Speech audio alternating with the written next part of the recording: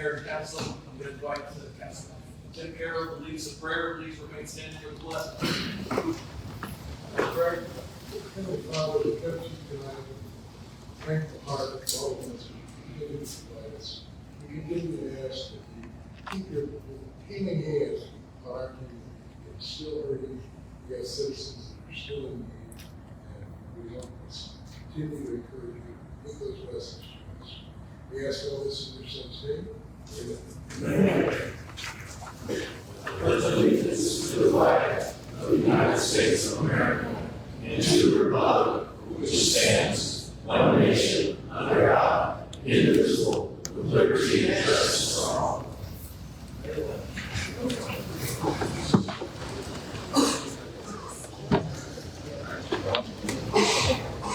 going to begin the special presentation for our Valdosta Christmas Parade winners. Yeah, 2024 Valdosta Christmas Parade is held on Sunday, December 7th. Sponsors for the event for the City Temple 65, as always, the City of Valdosta and Wild Adventures Theme Park. This year's theme was a Christmas in Georgia, with the judges for the float entrance was Susan Wallace, Flower Gallery, and Ashton Beal, and Assistant Superintendent Dr. Wilson, the announcer was Big Ella, Apollo 27. We had a good time that evening. Judged on originality, details, neatness, artistic design, and theme use. The trophies will be awarded to the top 3 winners based on their overall scores by myself and the members of the City Temple. So the members of the City Temple will join me in the front.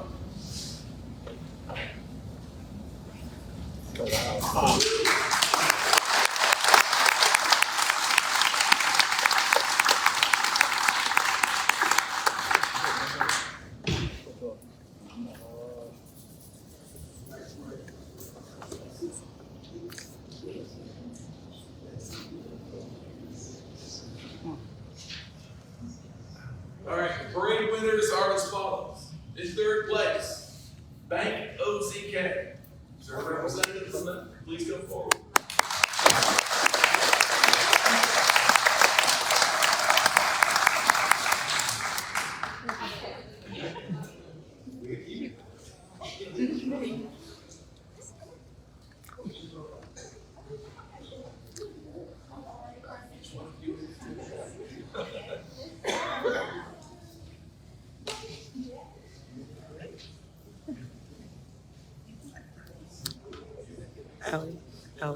Allie.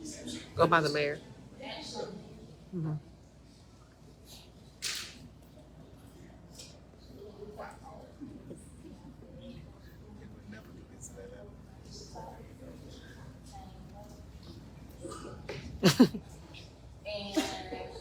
I'm sorry, you gotta have to sit right.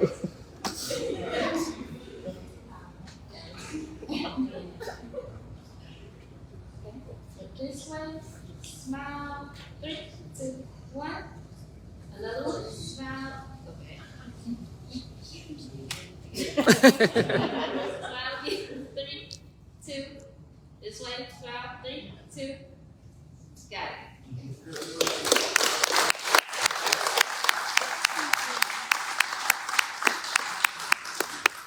Second place, it was Anchor Auto,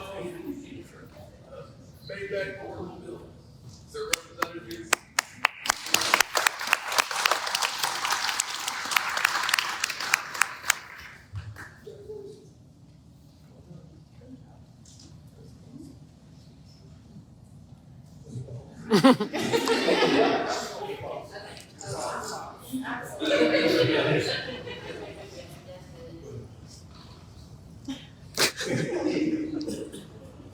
This way here. Smile, 3, 2, 1. In 3, 2, 1. Got it. Thank you.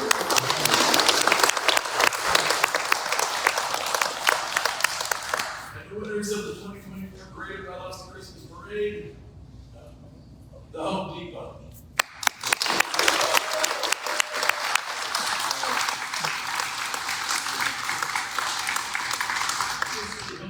RDC.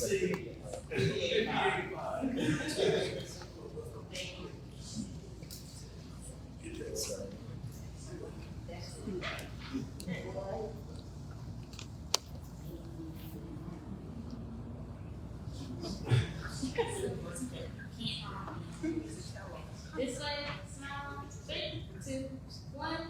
Another one. 3, 2, 1.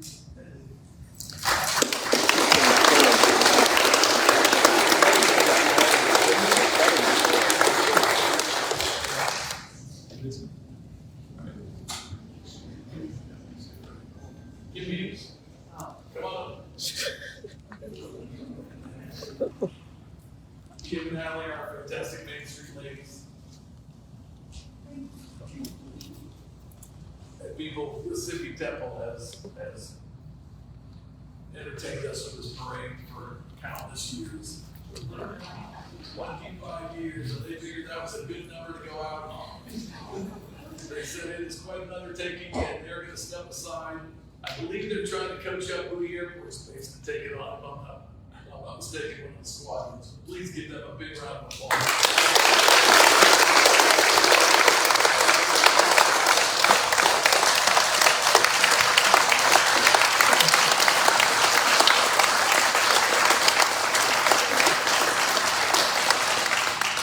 Main Street has the gift to go City Temple. Yes, Somebody that represented the police department.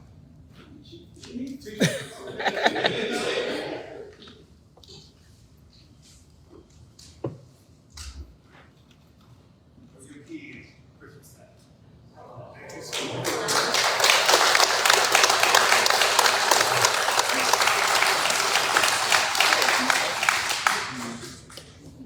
G.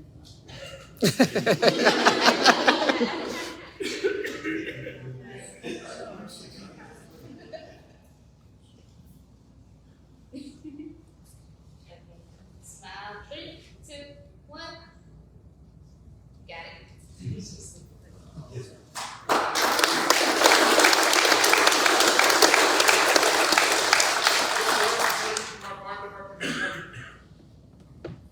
If not, it's the first week cheat, come back up.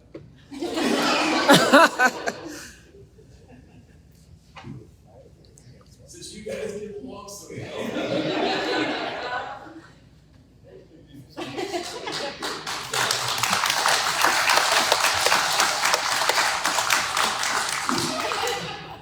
Now Main Street has a presentation. We only have proof that we have enough on the money, so we're very excited just to, just so you can't forget us. You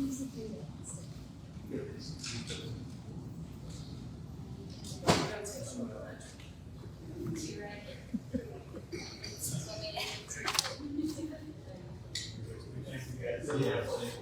Hold them up.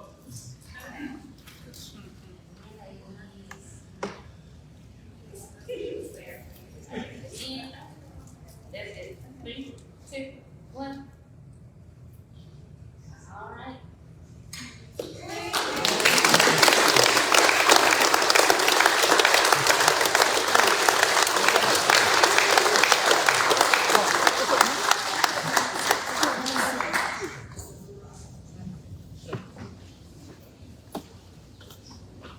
You guys gotta love this. Chief Manning. Consideration of the January 2025 Employee of the Month. Leslie Manning is going to present.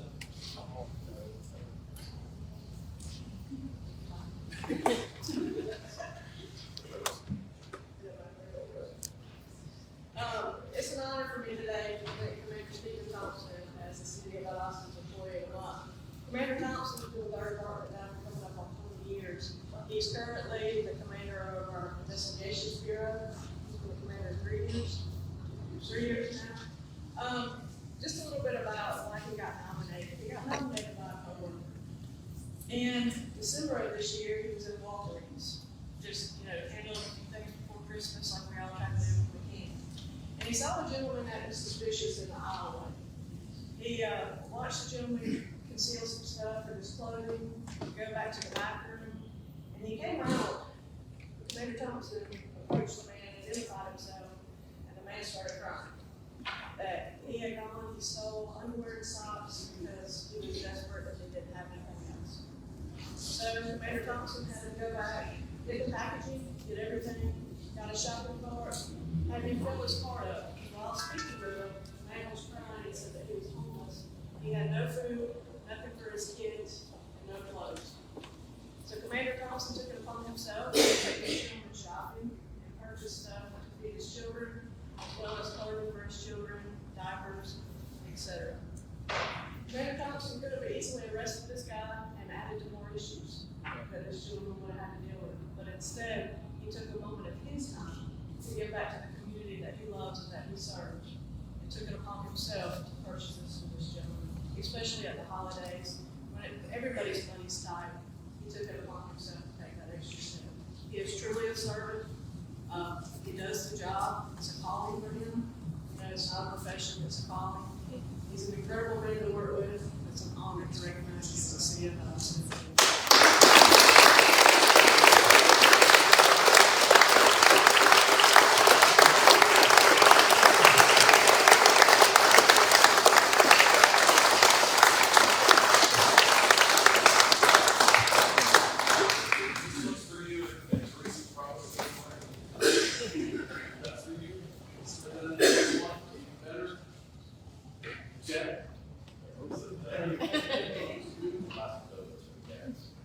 What's your name on this plaque and this one is in the city hall?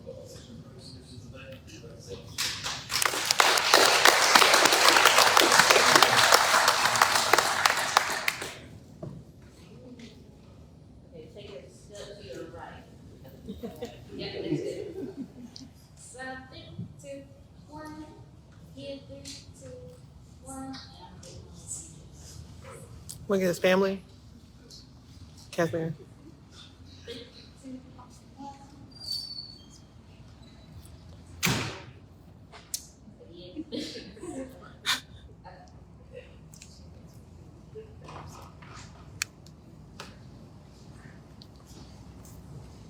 All right, group on item 3, approval of the minutes that are forthcoming.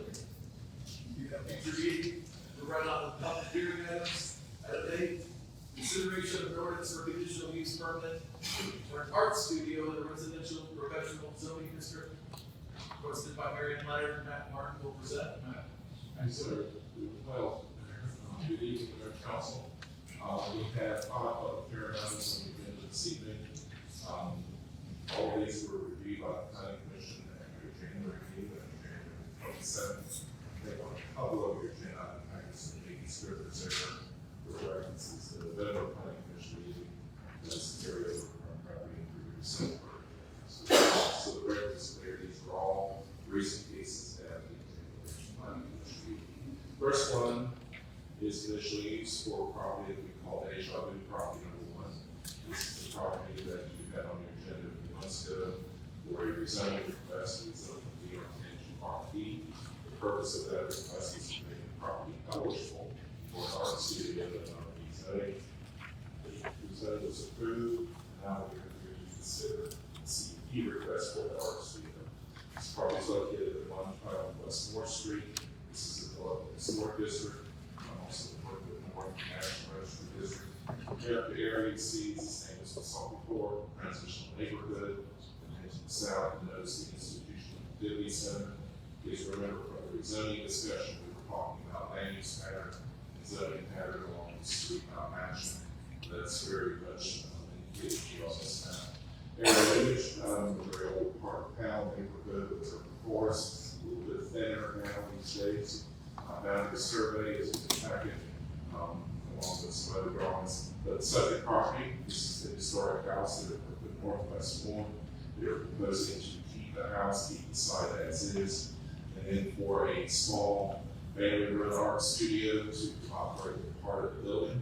The rest of it is a residence currently occupied by a family member that will help run the facility. We anticipate the art studio parking with the little that it will need. With the parking requirement for the driveways and front yard, and the rest would be for family usage. The imagery around the area is eastward down West Fort Patterson. You see some of the BSU properties there on your right, and then looking westward back toward Oak Street, deeper into the neighborhood. And then, interestingly, is the house next door, which was converted to a professional office building probably about 25 or 30 years ago. Again, indicates the mixed use kind of pattern that we have. Site plan is in the packet, circular driveway, parking in the rear, plus the accessory building for storage. And with all that, planning commission reviewed this at their January meeting. They found the request consistent with the conditional use review criteria, which were deposited there in the packet, as well as the comprehensive plan. And they recommend approval subject to 3 conditions. The first one, this conditional use approval should be granted in the name of the applicant only as owner or proprietor for the art studio with RP zoning in conjunction with a single-family residence on the same premises. Number 2, there should be no off-street parking, and all parking within the parking lot should only be on paid services as approved by the city engineer and the Historic Preservation Commission. And lastly, number 3, conditional use approval shall expire 2 years from the date of approval if the city business license has, if no city business license has been issued to the art studio by that date. If I answer the question, Council, any questions? Sure. Okay. Will this house be, in the historical preservation issue, be that permitted? the historic district doesn't have use requirements. They deal with site design and architecture. So what limits this property under RP zoning from becoming any other use, for example, if you wanted to demolish the house, put up a brand new modern day professional office building, that would have to go through the Historic Preservation Commission, which would probably not get a favorable review. Same thing with changes in the front yard. If we wanted to convert that to all parking lots, one, if it was tight fit, 2, it would have to have their approval as well.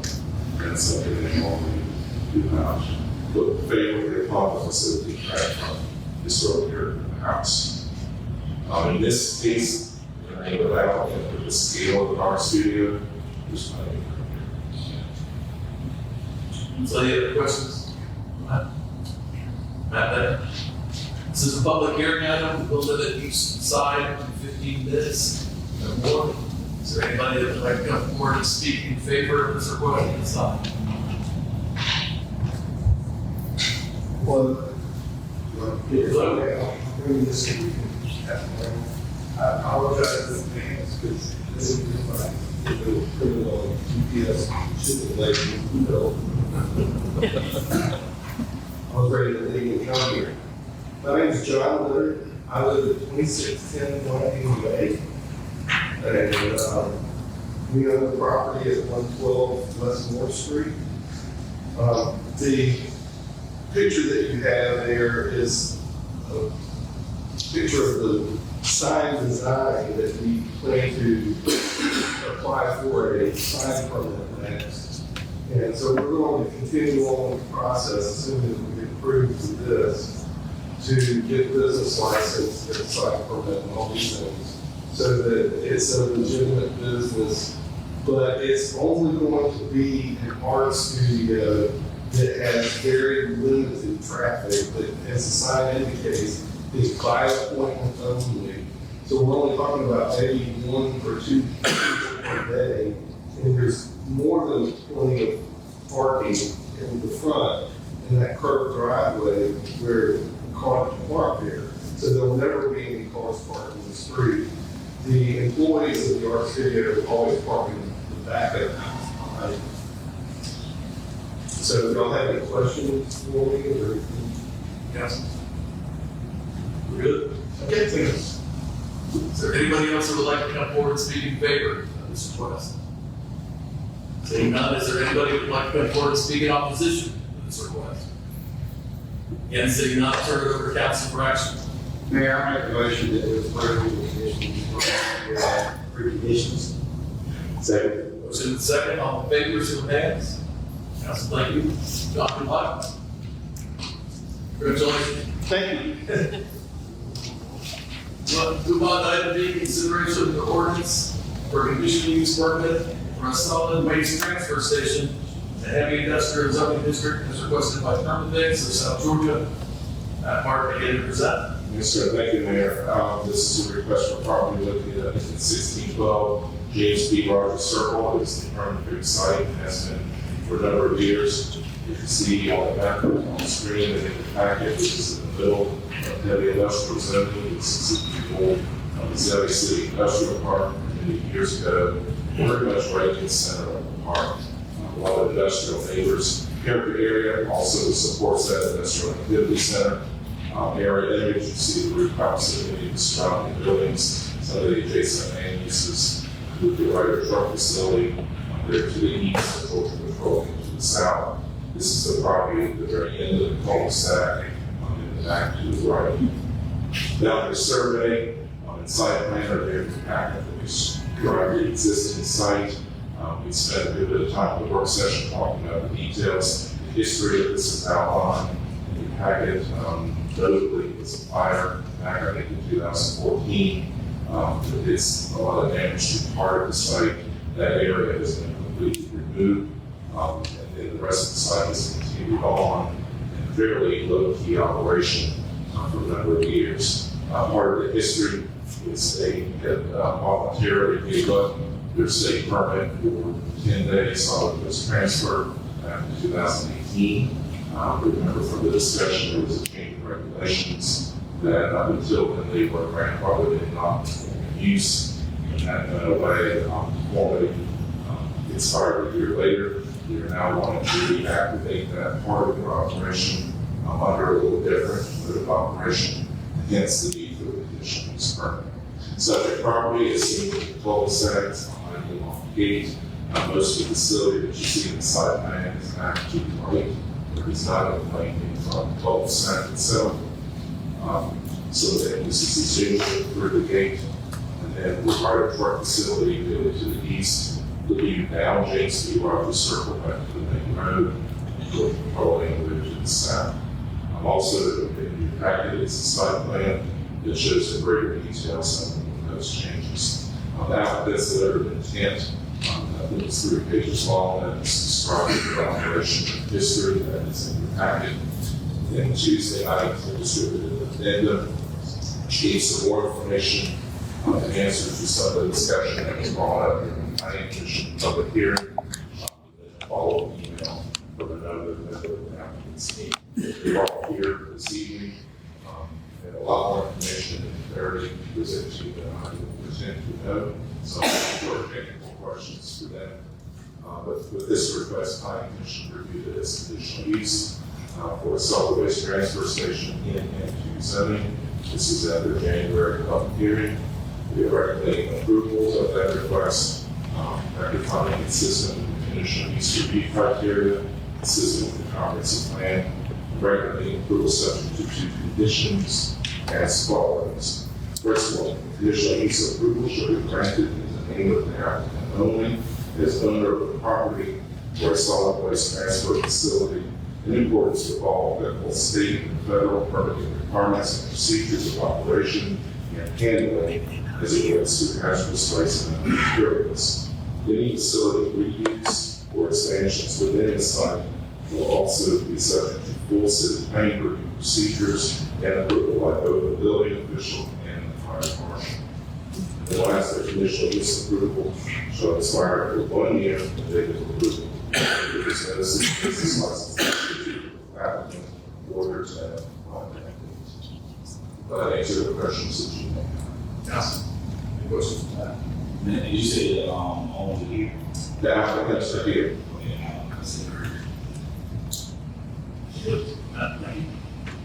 Again, this is a public hearing item. We'll limit both sides to 15 minutes total. That being said, is there anybody who would like to come forward and speak in favor of this request?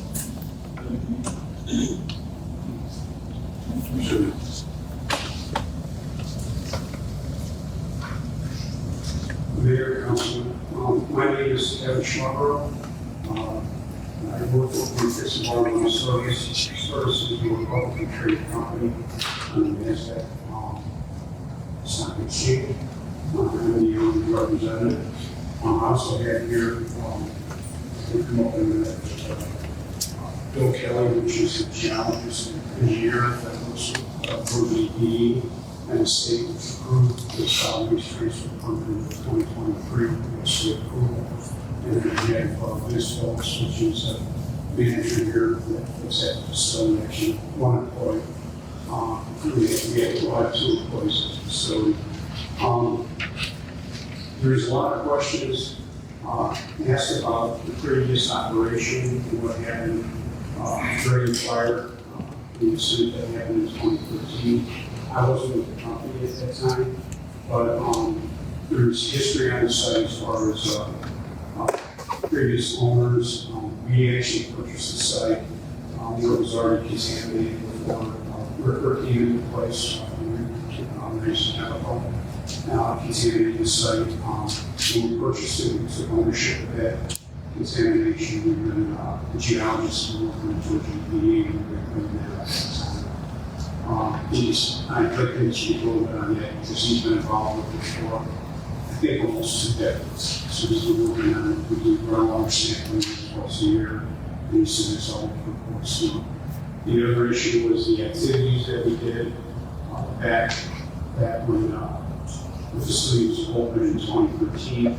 Had to do with a lot of processing of fuels to be made into an alternate fuel for production of cement. Instead of using coal, they use cement in cement plants. And the fire happened there with that processing area. This conditional use permit has nothing to do with that operation. That room has been removed. That's been dug up. It's been soil has been removed to put back and certify it. And we have no intent with this to be able to do those activities together. We're simply looking at taking and consolidating small fire truck types of trucks into bring those into the facility, put and segregate, put that on tractor trailers, and be able to ship out maybe an average 3 tractor trailer loads a week with 2 employees. We currently ship those waste materials to Texas, Texas, Arkansas, Alabama, and South Carolina. So run small trucks, it just isn't efficient. And we do service a number of customers. We use our trucks to run transport this next store. We bring our oil, we do it petroleum, and then we have those you maintain car, and just a number of customers in the area that we service that we like to continue to service our facility as well. So it's just basically a truck. The containers that come in are DOT approved containers are sealed. We never open that site, and they just go from one truck to another, and they can't be on site by DOT regulations for more than 10 days. So it's just enough time to be able to consolidate the trucks for transportation efficiencies. So that's what we're trying. We were doing that all the way to 5 years after the fire, and no issues. We did. I think we got the original transfer in 2006. So we did it before the incident, and we did 5 years afterwards. But if there's any questions on groundwater or what we do with the state or anything like that, Mr. Kelly can answer those questions. With that, any questions? No. I have a question for him. In any event of a spill or contaminant open, what's the impact to the community and environment? You're talking about for the proposed date, use of the 10-day facilities? Yes. Okay. The containers are sealed at their point of origin. They're transported to the facility, and it's a truck-to-truck transfer process. It moves from one vehicle, like forklift, to another vehicle, and then it's moved from there on to its final destination process. In the unlikelihood that there is a spill, it's going to be very contained because it's going to be a small quantity. It's going to be right here between 2 vehicles. And we already have spill kits and response equipment on the property as a condition of our existing hazardous waste permit. So it'll be very limited. The facility was already constructed, designed for handling materials and spill response. So we would be doing nothing different than what we've done in the past. But make sure, I want to make it abundantly clear, as Kevin pointed out, this facility is no longer processing wastes.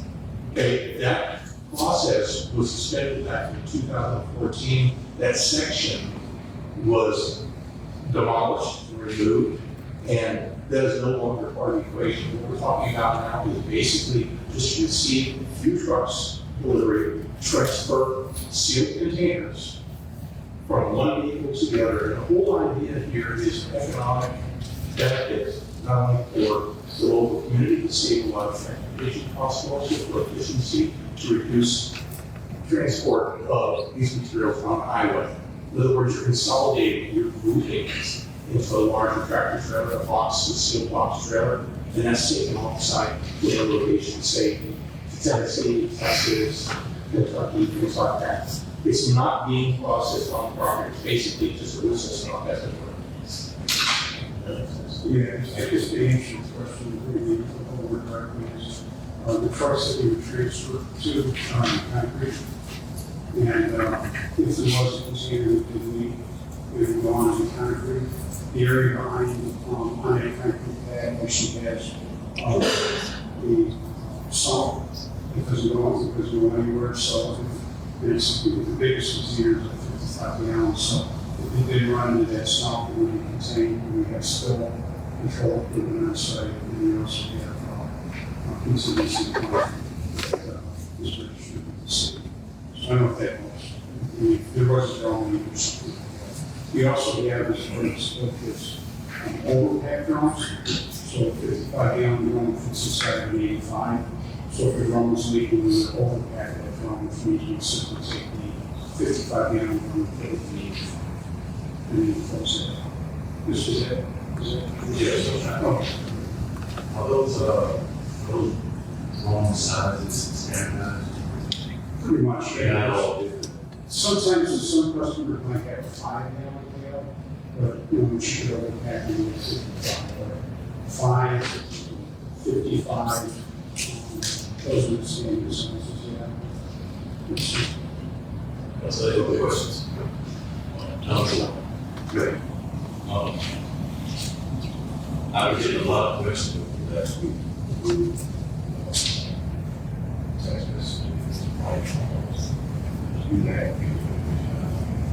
And I know it is in favor. One of the questions was, I just want people to know, pretty sure I don't know the answer. You're not nuclear. No, no. You have to go to the Department of Health, there's all regulations for that. There's no nuclear. This is going to be one street issue, see your town Home Depot or, as a list of different customers that are servicing the area, they actually generate the waste and the drones on their sites. And so you're just taking those six containers up and putting them out there. No nuclear.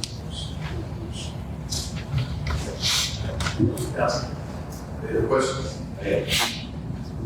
Are there any material that you want to sell? We won't accept anything like that's an explosive or anything like that, or biological waste. Those two things we don't accept. We never have any. They're kind of industry type waste. We do get some government waste and service, the Moody Air Force Base, Marine Corps Logistics Base in Albany, and Ron's Air Force Base.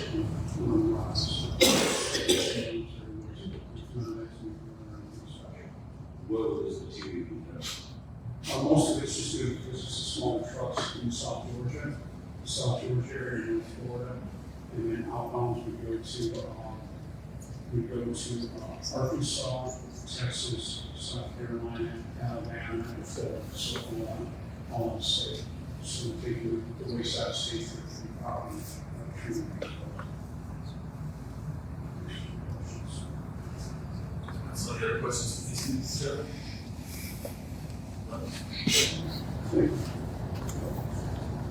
Is there anybody else that would like to come forward and speak in favor of this request? Seeing none, let's close up. that portion to go to anybody that would like to come forward and speak in opposition to this request.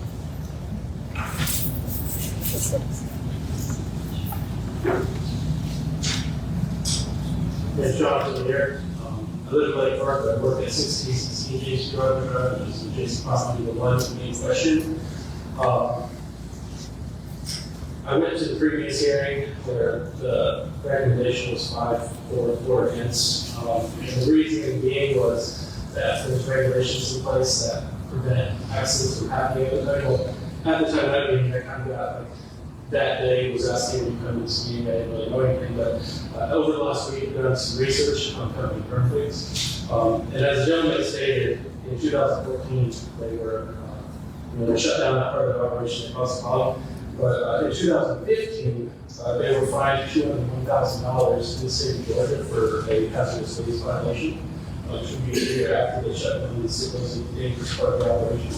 I have this year 20 violations over 20 years, equaling about $2 million for hazardous waste violations, for environmental violations, for OSHA violations, for things that this company's done, both here in Georgia, but 20% of these fines happen in Georgia, West and other areas of the world, or in the country, sorry.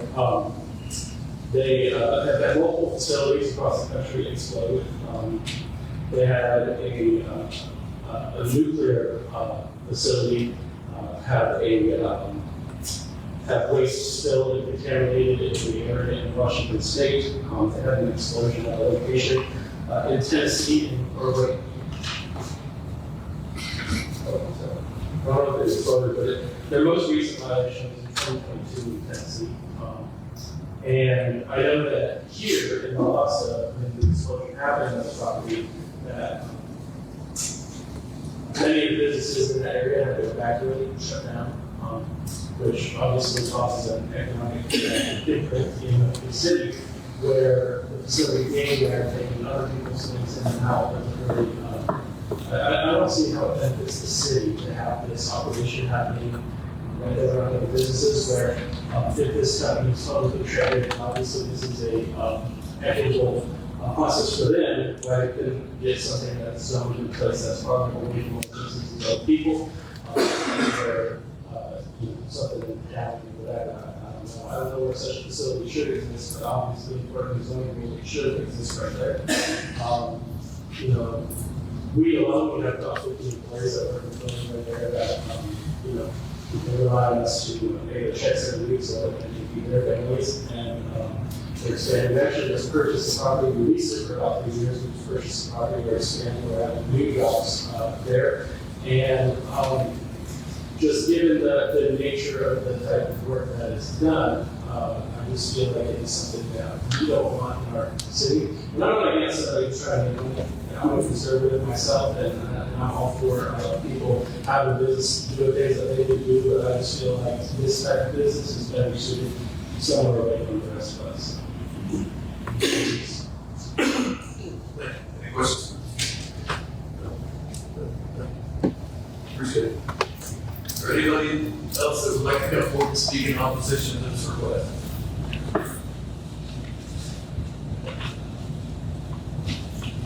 Lee Hutchin, St. Carol is my council person. I just found out about this today. My favorite council member sent me some information, so I haven't been able to research it as much as I would like. But I'm opposed to it for one main reason. It's close to a residential neighborhood that's predominantly African American. And I know that Mayor Matheson remembers the biomass fight that we had years ago. And the main reason that I had a problem with that was because the NAACP, who I am not speaking for, I am not a leader in the NAACP any longer, but I still wholly support their mission. But we fought that because it was an environmental justice issue.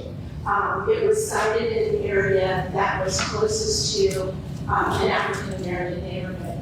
And with all due respect to benefits and the EPD, what industrial businesses don't understand is that African Americans have been redlined historically, and they end up in areas that are closer to industrial parks.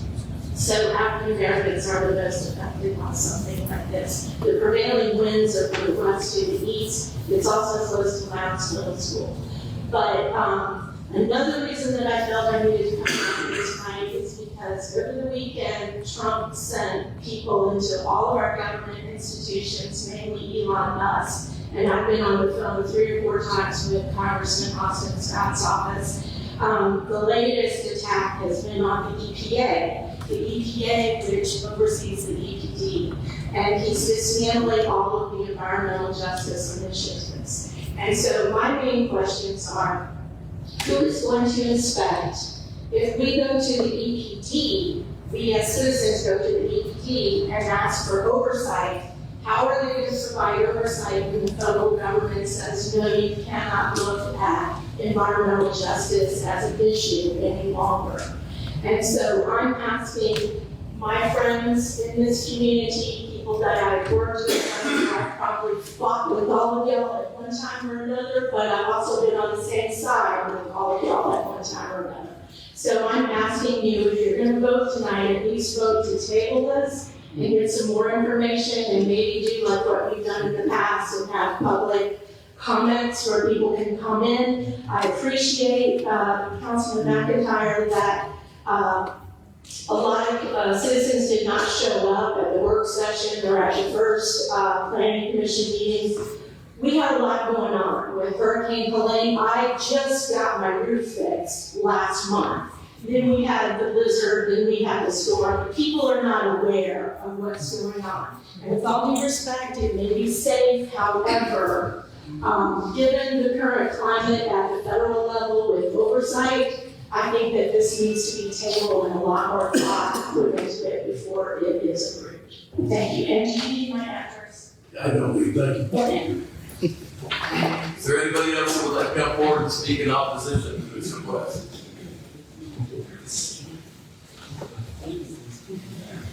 I just want to say, this is not a hypothetical. If there was another explosion, it's not a hypothetical because that's already happened. We've seen it happen. When you think about how many businesses are in that plaza, how many people work in that plaza, it would shut the entire plaza down. And I don't know how long it shut down, but it would be shut down. But I know that the previous owners of the property were, and they said they were shut down in the 30s. And so, just economically, that would be, for the business around there, that would be devastating. So, just want you to take into consideration. And like she said, there's a sense there, if there was a way to verify, respect and verify, and know that whatever they have there before, and nothing like that's going to be there, that's something to take into consideration. But when we look at past violations and record of violations, it's just, unless there's some kind of system or a person in place to ensure that safety and meeting of those regulations, I just don't, just don't feel like it's a good idea. So, thank you. Sir, I didn't think you did. I was like, stop. Tyler, you are there. Anybody else would like to speak in opposition to this request? Just one more thing. There's still there's a real inspection work that's going on our property. That the EPA is still coming by once a month and checking it, just to make sure that we're not being poisoned by what happened with explosion back whenever it was. So, thank you. John, I have one question. Scott, I have just one question. Do you have a count of how many businesses in the area? Well, I know some about I mean, there's obviously us there, and I know just across from us is Jacuzzi, which is a large employer here as well. I mean, if I'm guessing, 9 or 10. Okay, thank you. All right, Scott's sorry.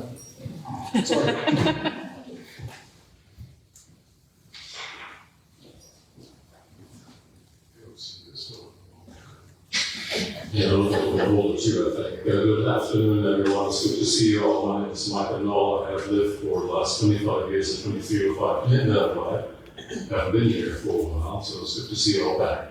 I would like to support those who are in a position to this plan to have these tabled so we can have a closer look at it. I did a glance of environmental justice issues that may be connected with it, and Valdosta High School as well as residential areas really just less than a mile away from it. Accidents do happen. We have learned from the gentleman who did all the research in regards to all the violations and fees that are connected with this particular company. We also, of course, know what happened in 2013, so I'm asking myself, I'm asking you whether or not we are truly in a position to make a decision today. And I would like to really ask you to table it for now so we can have a closer look at it. Thank you so much, I appreciate it. Is there anybody else who would like to come forward and speak in opposition to this request? Seeing none, I'll close that motion down, turn it over to the council for action. We do, we have, Yeah. of course. That part? Man, if you don't mind, of course. If this was were to be approved, is there anything preventing the company from being able to get any other material? Whether what's like this, will they always? If you want to limit the materials. No, I'm asking if this were to happen, is there anything stopping them from, before coming before their council to get approved to bring in any other material other than what we're saying? It's all subject to this, and they say like permanent, that's what this is for. So what's limiting it more than anything else is the limited size of the site that's there, and the condition number one, even the expansions, changes within the site, all that's subject to full plan to local. They have to have a state permit in order to operate. We're not approving the state permit, this is the land use permit. In the heavy industrial, this type of piece that it is permitting is a separate thing. That's the thing. If they lose the state permit, they shut down. It doesn't matter what we say. But we have to approve the business license for this type of facility. So that's what's for us. But yeah, if we want to get into the price of materials that we can handle, we could do that, but I think to the realm. Well, I would ask you, this office to be approved with it, but they didn't believe it. So they do something without coming back to the mayor council. Depends on what the something is, they do solid waste, did they limit on storage, and we talked about that at the work session. That's the limitation, so it cannot become a processing facility, it cannot become a long-term storage facility, it cannot grow, permanently or externally, without coming back and forth. Which, like I explained at the work session, is where I get some high level of comfort, they're already there, they've been operating on a long island. I'm not aware of any instances in the past 13 years since the fire. If this were a larger facility, larger acreage, a lot of them just saying, I would look at it a little bit. If this were next to a residential area, which this is not, this is the middle of the professional park, and all of our entry zoning is in this type of location. Again, that we can do. But in this case, it's a little bit, they can address the details of permitting and very, very rigorous procedures that they go through, monitoring and inspection. They're the experts on that, as of the state. Council, any other questions? Nothing? Any other discussion? Council, cheers for action. Oh, sorry. So let me get this straight, right? So we got a 5 gallon drum that's being stored at Company X right now. Because that's what they're in. They lift it onto their truck. Then they take this facility and then put it on another truck. And then just Takes it far away. takes it far away. Or they all pick up EMT, customers. containers, shipping, everything. And all it is a transfer station.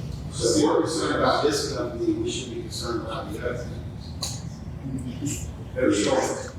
Right, and keep in mind, their customers locally, which you know, this is part of. Not just saying, I mean in general. They generate some small. Because this store might have their facility for 15, 20 days Or long. or longer.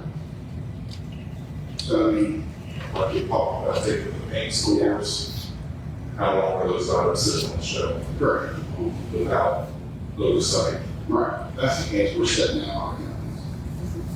I look at this as an asset to the community, or industrial use. Right.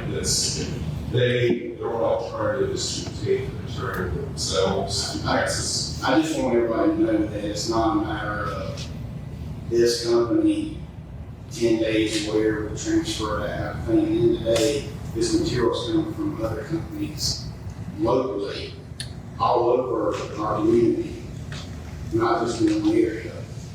That's holding some containers for 20, 30, 45 days. Yes. Yeah, thank you. Council minutes to 15 minutes. So, it's yours for action. Mr. Mayor, what's your name? It's yours for action, not the comment period after a motion. Okay. Mr. Mayor, I'd like to make a motion to deny the request as presented. Second. Motion denied, second. Any further comments? I'd like to say this wasn't an easy decision.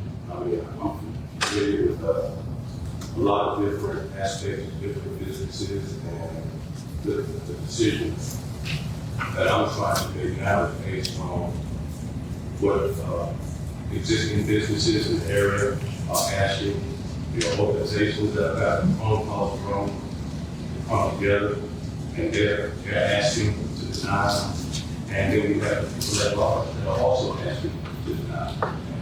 In my opinion, we're by and large beholden to people.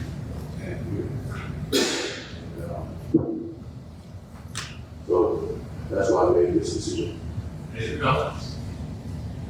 Motion denied, second. All in favor of that motion, show of hands. All in opposition, same sign. Motion denied carries. Move on to item C, consideration of an ordinance to rezone 0.73 acres of single-family residential R6 into commercial CC, as filed by James Warren. That part is in. So thank you, Mayor. This one is the other neighboring property. You recall a few months ago, this was the subject of their hearing in Alabama. So residential to the activity center, that care area. And it was approved as shown on this map in the packet. So we're now in the zoning change, that the CKC care area. When the request is rezoned from R6 to community commercial, which is CC. That just changed with it from a few months ago. There were images, this is the very western end of the Denmark Street in the cul-de-sac. Has a long history of being used commercially in one purpose or another. It predates its original county zoning back in 1972. This whole area, neighborhood, is often called Miami, was annexed as an island in 2006. This is a multi-family residential before the annexation. Area or after the annexation R6. We've got a slight change of geography from the area in Alabama. We recall from the discussion last few months ago and Tuesday night. The county has a remaining piece of property on the eastern boundary that they own. They were participants with that area in Alabama. But their property is not included in those rezoned. Subject property, although the salvage operation or construction site of some kind has been operating there for a while. Some different views of that property. Looking westward through the cul-de-sac to the property across the property frontage. This is eastward down Denmark Street. Zoom in to see the residential uses over there. But there are different lots. Some of these properties are actually in Hines County. But the area has a long history of being part of the residential neighborhood. More prominently, however, is the church facility right to the south. The other side of the cul-de-sac. West. So the matter, obviously, there is a sharp line of distinction between R6 on one side and commercial on the other. Some of the issues have to do with access to the local streets. The applicant's representative to explain the rationale for the details of one of their statements to their packet. Their hope that their plan is to market the property for a different kind of commercial use than what is there.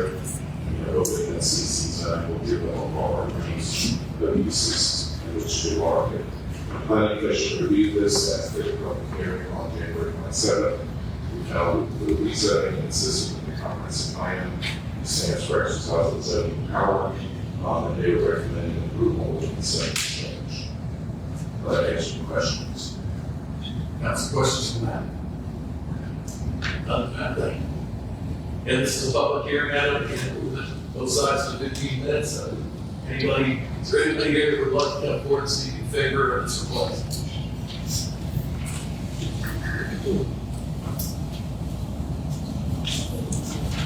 Well, I think 2007 from Madison Street, we have the applicant, good evening, Mayor and Council. So this is round two. We had a character area amendment, member a few months ago, not here for the request for rezoning.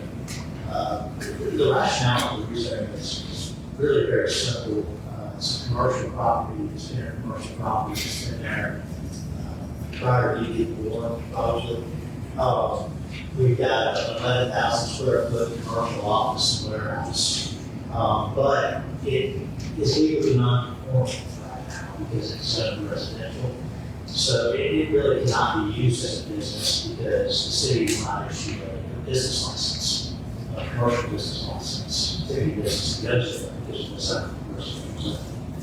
So hence the character area application, hence the rezoning request to rezone to commercial center for its intended use, for what it's been used for decades. I look at this property as probably a good candidate for a special trade business, or something like that, whether it's a plumbing company or electrical company, or there used to be a garage door company that was there. So something like that. The planning commission did vote unanimously to approve it. We asked to follow the recommendation approve for CC. So I'm here to answer any questions you have. Yes. You're good. Thank you very much. Is there anybody else who would like to come forward and speak in favor of this request at this time? Seeing none, is there any in opposition? And seeing none, council is yours for action. Mr. Mayor, I'd like to make a motion to approve the request as presented. Second. Motion and second for comment. All in favor, show of hands. Council, thank you. Bill, thank you. Fund item D, consideration of the ordinance, rezone 2.06 acres from single family residential R6 to multifamily residential RM as requested by Gordy LLC. All right. Yes, sir. Thank you. We're sending them to this is property located at 1021 West Gordon Street. These two parcels of land that total just over 2 acres of land. But such property is currently zoned R6 is requested REM for multifamily development. The larger parcel has an abandoned house that's on it. The other parcel is currently vacant. Actually, that was the prior house. We see all that, it's a zoning pattern in here, where it's basically dominated by RM and R6. Interesting point. Our feature to point out is the CC zoning on the property to the east, which is the old zoning garden site. That's actually owned by the applicants. We are in the process of continuing the planning review process for multifamily development on that parcel. However, this property has become available. If we go ahead and receive too much work on the project, they're looking at the possibility of expanding their scope to a larger site to be able to push together their site plans and that are really well designed. The other interesting feature is the RM property moving to the west. That is currently a new apartment complex and is already existing. And a footnote with that, I did receive an email this morning from the developer of those apartments to the west, and they are in support of this change. There are areas, neighborhood activity center, which is one of those moderate categories between ultimately higher density residential or offices. Area, you see the tree canopy that used to be in the area. The new apartment site is identified on the left. To the north, you see rooftops, and that is going to be brought off the housing for any properties. This is right across the road. Now, under survey, the packet subject property is the abandoned house that you see here. The property is larger than it looks. Look down the eastern side yard, it goes very deep into the back, well above the property. You know, the railroad track, which is well beyond the trees and the stone. Adjacent properties to the west include the apartments, which look like this. And the applicants are proposing a similar kind of apartment design. In your packet, I think, with some other images of buildings in the building. Aerial work imagery used nearby. This is westward, West Gordon. That's the Valdosta housing authority property there on the right. Those would be with that. The eastward view back down Golden Street. The eastward rails and institutional uses. The subject property neighbor to the east is at CC zoning. It is long since ceased to be a commercial operation. All that is left is the property sign there in the front yard. Site plan, this is their first sketch for how to do just this property. They would very much like to improve on this layout, coordinate with the next door. So with that, we have a rezoning request from R62RM, planning commission, district justices.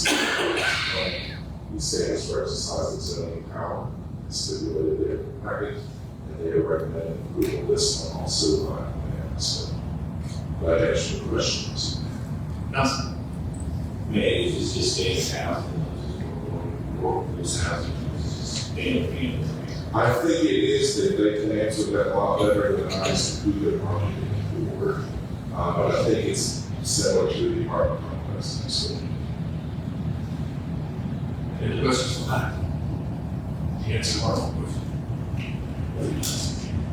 Okay, that's a public hearing item again, both sides, in the 15 minutes. Is there anybody who would like to come forward and speak in favor of this side? City Evening Council, Tyler House, 1007 North Madison Street, on behalf of the applicant, Corley LLC. Corley is seeking rezoning the property from R6 to RM. Matt covered most of the high points here, which this request is consistent with the comprehensive plan character areas of house for art. It's the best and most economical use of the property. Developed as is, the lots would be small and wouldn't make much sense. The house that's on the property is dilapidated. There's an old sign that's still there. The depth of the property is sort of a benefit. It's a very deep property. The applicants would like to combine it with the CC zone directly next door so that they can develop a more space out instead of pleasing look. Let's see, the I point out was the street is a major collector, so traffic was really much an issue with the increased capacity of multifamily in the area. The adjacent uses is the RN directly to the west, which is the new apartment units that I believe Great Southernville. There's CC, which is a property they have under control. They can already build multifamily on. And there's also RN across the street and across the house. The planning commission approved this unanimously, so we ask them to follow the lead as well, and answer the question. Yes. Question. One of the questions I had this morning yesterday, Tuesday night, was concerning fire department being operated if there was a fire. And I think the adjacent apartments were going to be together, so the fire department can come in and out, correct? Right, yes, I think if they were able to combine with other lot dragging next door for them control, then the plans obviously change a little bit to allow for more travel space and easier way for the fire company and maybe other areas as well. That is a busy part of your public planning. Question. Who will these apartments market to? Is it seniors? Is it workforce? Or is it just open apartments? Right now, they're still up in the air. I mean, they've had experience in the past with subsidized housing. but there's also a chance that these could be market rate. They had discussions with the developer next door about potentially combining him and them making it for a market complex. Again, those are just preliminary discussions. So it's a little early to know exactly what the intents are going to be, but it would be some sort of subsidized housing or market rate. Would the applicant be opposed to us asking him to put security cameras up? I don't think that would be an issue. Because I just want to make sure that we wouldn't be out here. Right. It needs to be taken about police officers. If something does go wrong. Yeah, I don't think it's a good question. Any other questions? Is there anybody else who would like to come forward and speak in favor of this request? If not, is there anybody who would like to come forward and speak in opposition to this request? Again, seeing none, council, choose for action. Mr. Mayor, I make a motion to approve the request. Second. Motion and second, all in favor, show of hands. Council, thank you. Kyle, thank you.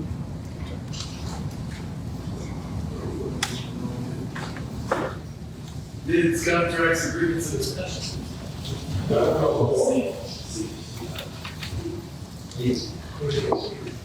We got one more. It's come up again. Consideration of the ordinance to rezone 0.33 acres from single family residential R10 to single family R6.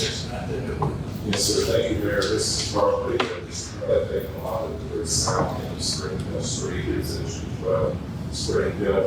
The requested consent from R10 to R6. See from the zoning map from Springfield Street is our mixture of R10 and R6. There's also a mixture between houses and homes and the duplex. The more significantly is that RN property, which you see in the south. That's an existing large apartment complex. And there's an next door neighbor. Here area, this is a transitional neighborhood. Mirror image, the urban forest in the area. Along the large street here, you see to the right is the beginnings on the west side of Summers Park. This is Herb Street and Railroad and St. Augustine Road. And here, more significantly, you see the rooftops of the apartment building complex there to the south. Now, their survey of kind of such property for a lot. We used to have a single family residence. But it's 0.33 acres. It is just not large enough to get our 15 lot. To put it in perspective, not large enough to subdivide into two, but plenty of room on site for a house or a duplex. Adjacent properties issue a report where that's Springfield for River Street, the older residential pattern, the vacant land across the street, which is already zoned for duplexes. And then step out into the road, go into the apartment complex, which is the trees. Like sketch in your packet, this is what the applicant is contemplating on the plenty of room. See in the side yard, setback distances, plenty of room to work with for a duplex. So what you have before you is not conditions for duplex, but simply is R6.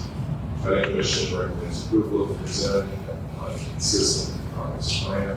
Stands for exercise of the power as an approved by 9-0. So that answers your questions. Council. Question from Matt. Thank you. One more time, there's a public hearing item. One more time, 15 minutes to each side. Is there anybody that would like to come forward and speak in favor of this request?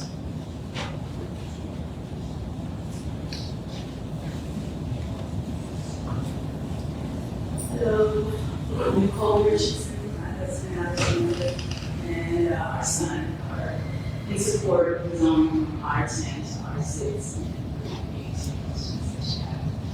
That's all the questions on the program.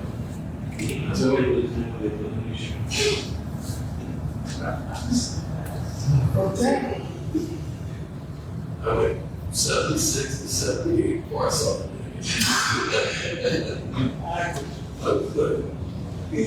Where? 811 or 78th Street. No questions? Yeah. Thank you. Thank you. Is there anybody else who'd like to come forward and speak in favor of this request? Seeing none, is there anybody in opposition? Again, seeing none, council, it's yours for action. Mr. Mayor, I'd like to make a motion to approve this request as presented. Second. Motion and a second. All in favor, show of hands. That's none, you good luck.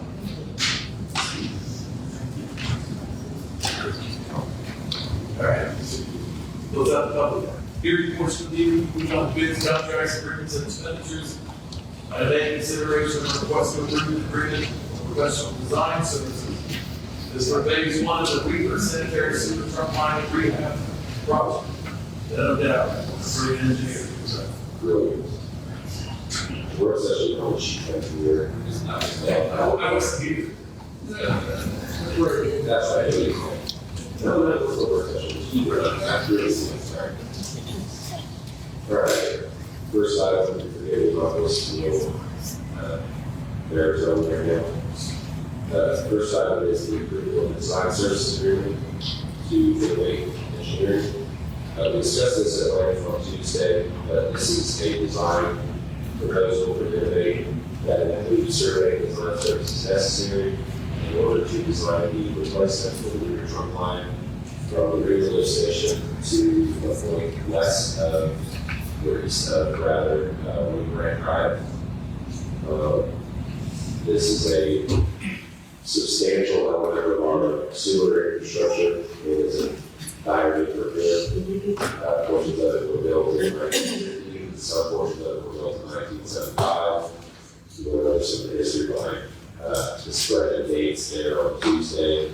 The portion of it is a preceded, it was the main Weaver trunk line, swap size of 3, upsized it, and retained the larger portion on the north side. So it's constructed using concrete pipe, reinforced concrete pipe, which is well beyond service life. It is in fact a replacement. Staff recommends approval of the design service agreement with a 30% design contingency. This is uncharacteristic. When we ask for design proposals, we generally have to do it valid in scope. In this particular situation, we've got numerous easements that are required in order to successfully deliver the project. Given the number of easements that are necessary, there's a high likelihood of design generation for this project, i.e. we may interact with the property owner who has a desire to expeditiously grant the city an easement. Given the expedient nature of the project, we would probably pursue a design alternative if we get a situation rather than move forward with more aggressive easement acquisition. So, for that reason, we are requesting 30% contingency on proposal. Any questions? Council? None? Thank you. Council, yours for action. Mayor, I make a motion to approve the request today. Second. Motion and a second. All in favor, show of hands.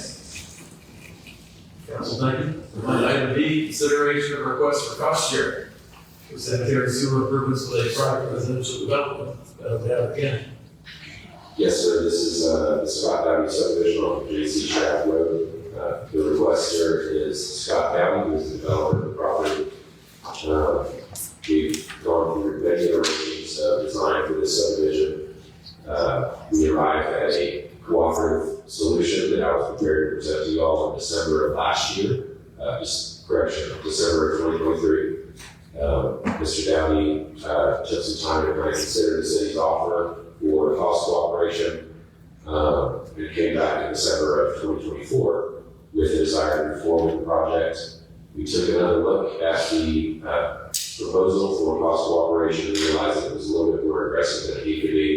What I'm presenting to you now is what I believe is the most cost-effective and best kind of mid-term solution. What we're looking at before was a little bit more longer term that need to be done. So what we're paying for on this, as you can see, the cost breakdown is there's a 2,100 linear foot section of pipe that, for Scott's purposes, needs to be 8 inches. In order to satisfy the city's requirements, it would be 10 inches. So we're paying a certain percentage cost on that to upsize the line from 10 inches. And then when you see More complicated element of the breakdown is the additional manhole and pipe depth that we would be paying for. In order to serve more property and adjacent property, effectively we have to have depth of service, right? So it's a gravity sewer service. In order to serve adjacent property, the manholes at the extended tail of the system have to be deep. And in order to make those manholes deeper, the entire system depth needs to increase. And so that's what that breakdown is. So we're basically paying for deeper sewer and bigger sewer. Again, this is just in the broad context of total cost of utilities for this particular development. This is a very small percentage of that total cost of utilities. And I feel comfortable recommending approval to you. Any questions on this? You get close to the room. Yes, sir. Council, any other questions for Ben? Ben, thank you. Council, yours for action. Mayor, I'd like to make a motion to approve this. Second. Motion is second, all in favor, show of hands. Thank you. All right. Consideration request to approve payment for the emergency repairs on the Norto Road Bridge. Well done. I did not do any of the work, but I appreciate the praise. We're very thankful for the urgent effort of Southern Concrete in their repair of the bridge. We reached out to them after we identified the failure. We got very lucky, and I got in touch with the owner. I was given the contact information of the owner of the company, which is a special privilege as well. And I notified him that we had emergency repair to be done. They happened to be as a company, they happened to be on their Christmas break, and they had not commenced, it's like right at the beginning of their Christmas break, and they had not commenced scheduling for the coming year. I was the first person at the door. I said, hey, we've got a small project for you. It was the perfect small project to start the year off. Then they got the bridge slab repaired, and we got the bridge open here under, I believe, 3 weeks of concerted effort by the contractor. This work was authorized under emergency authorization by the city manager, and the work is already complete, but I'm requesting this payment for services already rendered to the city in an emergency fashion. Staff recommends approval of the invoice. Any questions for me? Council, any questions for our awesome engineer? You go through the alphabet, didn't you? Good. So you just say this is already paid for? The work is already done. Yes, ma'am. The work is completed, inspected, and everything is approved. Any other questions for Ben? One more, Yes, sir. are we bonding with this payment we're gonna give them? Bonding on the payment. Okay, you said the work is completed, right? Yes, sir. So if there anything comes, some capital, after we pay them, would they have to come and repair it at no charge? Yes, yeah, if there's issues with workmanship or with the quality of work that they did, which having inspected the work, it's very simple. It's compacted dirt, it's concrete, it's cured out way above breaking pressure. But yes. Yeah, I'm just trying to say. Yeah, no, I understand. Any other questions for Ben? Ben, thank you. Yes. Council, yours for action. Mayor, make a motion to approve this request as presented. Second. Who's in second, all in favor, show of hands. Council, Flynn. One more time, consideration of a request to approve the selected streets list for resurfacing. Yes, and will allow me to have a handout to distribute to council. Thanks, sir.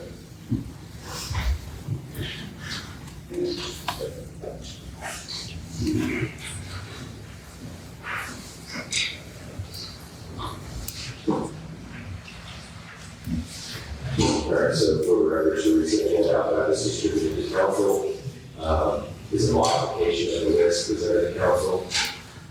Item 3, Lee Street Alley from West End to South Lee Street is being removed from the Omega application. Item 4, Clark Alley from South Lee to northeast end of Clark Alley is being removed from the Omega application. Kings Lane, which is item 6. I'm really going to mess up the last one, sorry. Kings Lane from South Lee to South Truth is being removed from the Omega application list. And then the third from last, I'll just do it that way, Omega application item, which is West Florida Avenue from South Toombs to South Patterson, is being removed from the Omega application list. This is being done due to some conversations that we had on Tuesday regarding concern from council over either A, the needs assessment for the resurfacing of these particular road segments, warranting additional consideration by engineering department staff, or B, concern over private work being completed on these particular road segments. For this reason, I would like to remove those from the owning application. We may still perform that work as part of our street resurfacing project this year, but I didn't want to remove that from the application in lieu of having to submit the application and then revise it. Any questions? Council. With those being removed, could I, put some spaces on me? If you could convince four of your best friends to say yes, then I think I did. So again, just as a reminder, this is not a presentation of all of the streets which are intended to be resurfaced as part of this work. This is just a proposal of the streets which are going to be submitted as part of the owning application. Well, I was just looking at the length, and I think you can, put timber on there to eat that hell up. So you guys, get full my brains a little longer. And the later than. Yeah, into that, we'll give you advising, so what you could do, like you said, this is not really a list that you submitted. These streets, we just check it out now, and there's a possibility that there are other streets in District 2.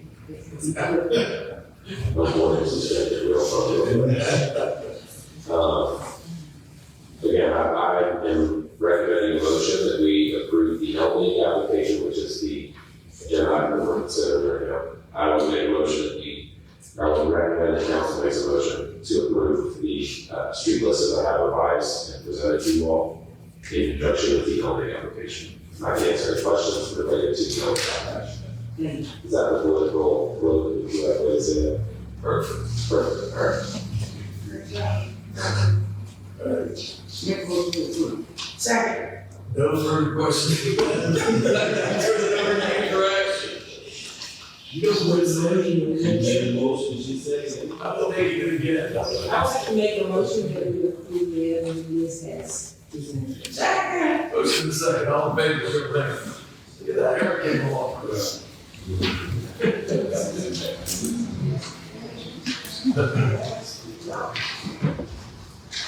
Ben O'Dell, stand up. You give the citizens a timeline for the roundabouts and for Jerry Jones. Where do you want to start?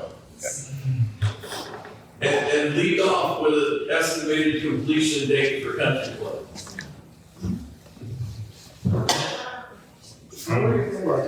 That's the slow down. Point of order. We just have these basic right now. You might have had a conversation. Okay, so first item that you requested update on is the Country Club timeline first. The Country Club timeline is 150 days from about 2 weeks ago, if I remember serves. January 20th, but they jumped early about a week. Yeah, I think it was looking like midsummer. The last time I did the date subtraction had looks like the way it is. Yeah, they're gonna make a lot of early progress. It's gonna show early on this one, and then there's gonna be some, it's gonna take some time depending on weather. I'm glad I got started early because this project is incredibly weather dependent. We've been working with a contractor, we've consulted with TTL regarding base rehabilitation. It's very difficult to work in the wet material that they're working in right now, so we've incorporated some very large stone, gravel, and then some geotextile fabric as well to stabilize the base, so that we don't have to deal with this again.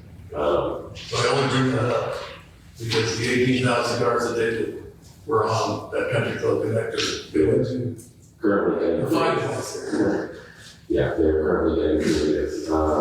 5 points is per GDOT, it is still on track for letting this year, this fiscal year, i.e. before June. So they anticipate having a deferral to make some accommodations, some additional accommodations for property. The right of way is not perfected, but they are hoping to move forward with that this year, at least as far as lighting.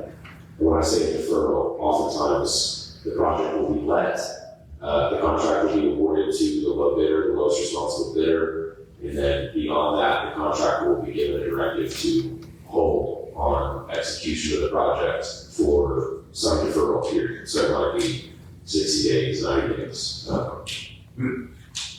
They can't turn it around now and look at it like it's real. Yeah. Yeah, It's just a fact. I don't see that being a conflict. And the Jerry Jones, our construction sign's going up. Jerry Jones has let. Again, Jerry Jones is mostly a utility relocation project that happens to have a road in the middle of it. And so there's a major effort to relocate utilities in the way there. But locally owned utilities, i.e. water and sewer, as well as other utilities such as power, telecom, all of that stuff has to kind of shift and move out of the way in order to accommodate the widening of the street. So it's underway. Yes, and that will be a very, very long project. So I would hazard a guess that we're looking at at least 2 to 3 years from now. It's a very, very robust, it's one of the most complicated, if not the most complicated project that we've ever had done in the city, as far as I can find. As far as right-of-way acquisition, complexity, construction, phasing, the traffic loading that has to be accommodated by, it's a very, very technical, robust project. Thank you, council. Thank you for adopting these 3 projects are about to go. So, one underway, I do, but good. All right. We'll now move on to the boards, commissions, authorities, and advisory committees. Item A, consideration of appointments to the Valdosta Historic Preservation Commission. The commission has 2 members, Rory Allen and Seth Curry, whose term expired February 13th of this year. His career resigned effective November 4th. Another member, Charles Alvarez, resigned for personal reasons. His term will expire February 13th. The CL has expressed an interest to be reappointed. There are 2 open seats and one person, one applicant. So without any objections from the council, move on to item B, consideration of appointment to the Valdosta Housing Authority. Thompson Curry Jr., his term expires December 31st. He's expressed interest in being reappointed. This appointment was advertised according to the boards, commissions, authorities, and advisory committee policy. This is my applicant, or excuse me, my appointment. I reappoint Thompson Curry Jr., attorney at Coleman County. Move on to item C, consideration of appointment to the hospital authority, Valdosta, Lawrence County. John Wesley Langdale III's term expires on February 1st, 2025. He's expressed an interest in being reappointed. The appointment was not advertised according to the board's, commissions, authorities, and advisory committee's policy. They were adopted. The applicants are as follows: Moshe Elbaz, Rabbi Temple Israel, Edgar Cameron Hickman, retired, and John Wesley Langdale III. I'll have this for nominations. John Wesley. May I have anything on this? When you say it wasn't advertised as it was supposed to be? We have a policy, and that policy was altered by them. They sent us out applicants, we sent them back for their final approval. Okay, so it wasn't anything about it? Okay, nothing wrong.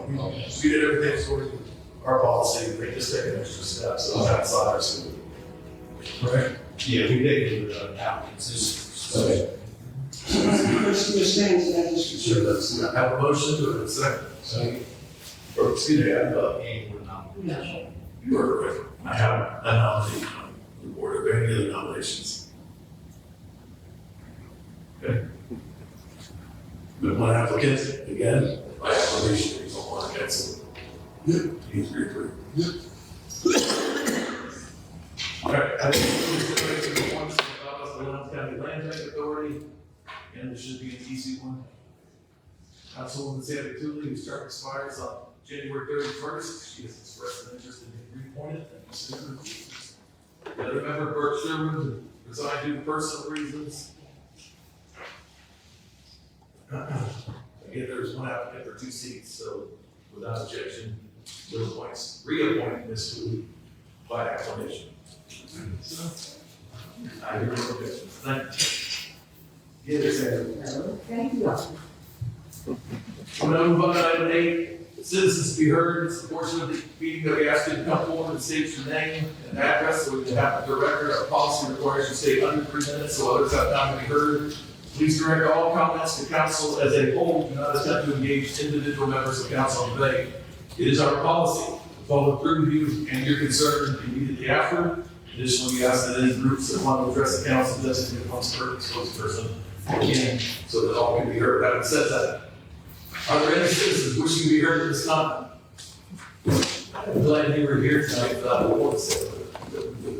Oh, yeah. So that's awesome. Yeah, it was very nice. Thank But you. I didn't look over your way to see you were smiling. Yes, very nice. Thank you. Thank you. So good afternoon, Mayor and Council. My name is Kelly Saxon, a Baldwin Place. I come before you this afternoon to talk about our inclement weather and disaster recovery planning. We still have significant work ahead in developing a comprehensive plan for inclement weather and disaster recovery for our citizens. Later this month, there will be meetings regarding CDBG, DR, and that's disaster recovery, funding, and long-term planning. And I strongly encourage council members to attend and to urge citizens to participate as well.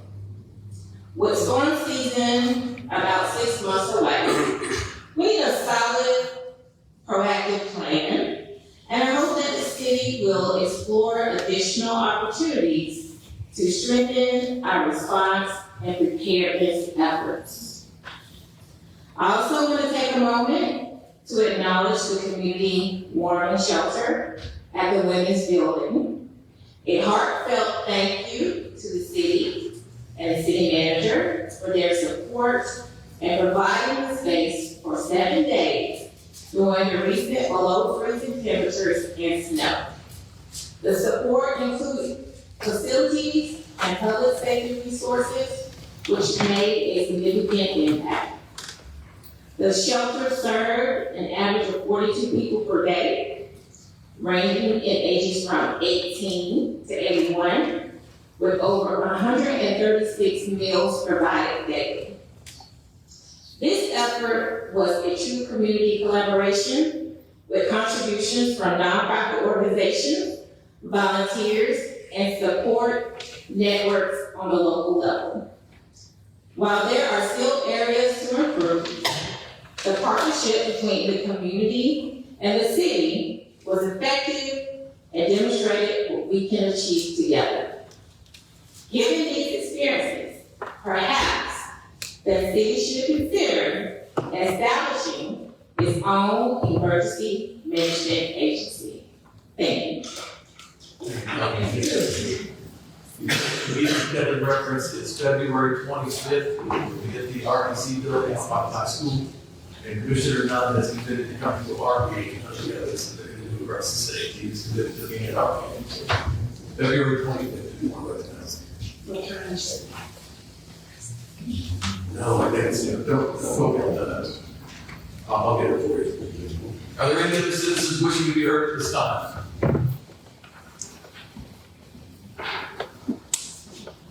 Good evening. Good evening.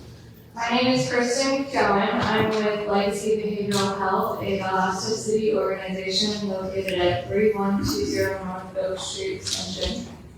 I would like to share some information about the Georgia Recovery Project. The Legacy has been partnering with FEMA since Hurricane Helene. The Georgia Recovery Project is designed to support individuals and families affected by the disaster. Its primary goal is to provide free and confidential emotional support to help individuals recover, regain stability, and build resilience in the wake of a crisis through the Crisis Counseling Program offered by Legacy, also known as our CCP program. The 3 main categories of services that we are providing is emotional support and crisis counseling, community outreach and education, referrals, and resources. We're here to ensure that no one in our community feels alone and without support during this difficult time. I want to emphasize that all of our services provided through CCP are completely free and confidential. You do not need insurance or eligibility requirements. To make these services as accessible as possible, we are working with community leaders, schools, and faith-based organizations to spread the word. But we need your help. We have teams available to come to neighborhoods and community gatherings to provide on-site support. Together with the supportive programs like CCP and the resilience in this community, I have no doubt that we will rebuild stronger. If you would like to collaborate on outreach efforts, I'd be happy to speak with you after this meeting. I also have flyers with my phone number on it. I'd like to thank you again for your time.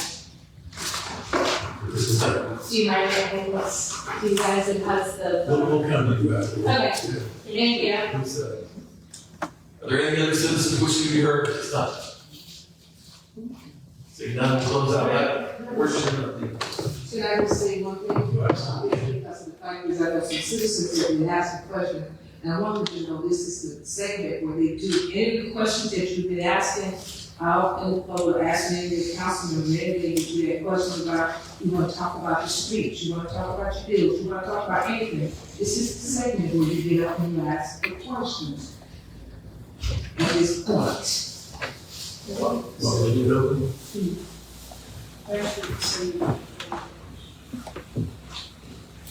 Hello. Greetings. I'm Cynthia Smith, 800 South Church Street. A lot of us was concerned about the water bill. Can y'all explain it? Why we see bills like that? We can, but not this form, will come directly to you afterward. City manager will come directly to you afterward. And also, have y'all been with overpass? You notice that the, look like it's cracking or something? But there's three separated. Right. All right, we'll address that with you afterward too. Okay. It's rough on the tires. Just check the city manager again, see So if you think, we'll see you later. Are there any other citizens wishing to be heard at this time? We'll close out that portion of the evening and turn it over to our city manager for the city manager's report. Thanks. As everyone knows, the weather is getting nice. We have several events that's taking place within the city. Our first Friday, Main Street, downtown Valdosta. This will take place February 7th, 5 p.m. to 8 p.m., inviting everyone to come out and take part in these activities. We're having our FEMA Housing Resource Fair, February 8th. FEMA is hosting a housing resource fair to assist individuals and families in need of housing support. This will take place Saturday, February 8th, from 9 a.m. to 5 p.m. The location will be Lowndes County Civic Center, Building D, 2108 East Field Avenue. Also, our monthly cleanup, Love Where You Live road cleanup.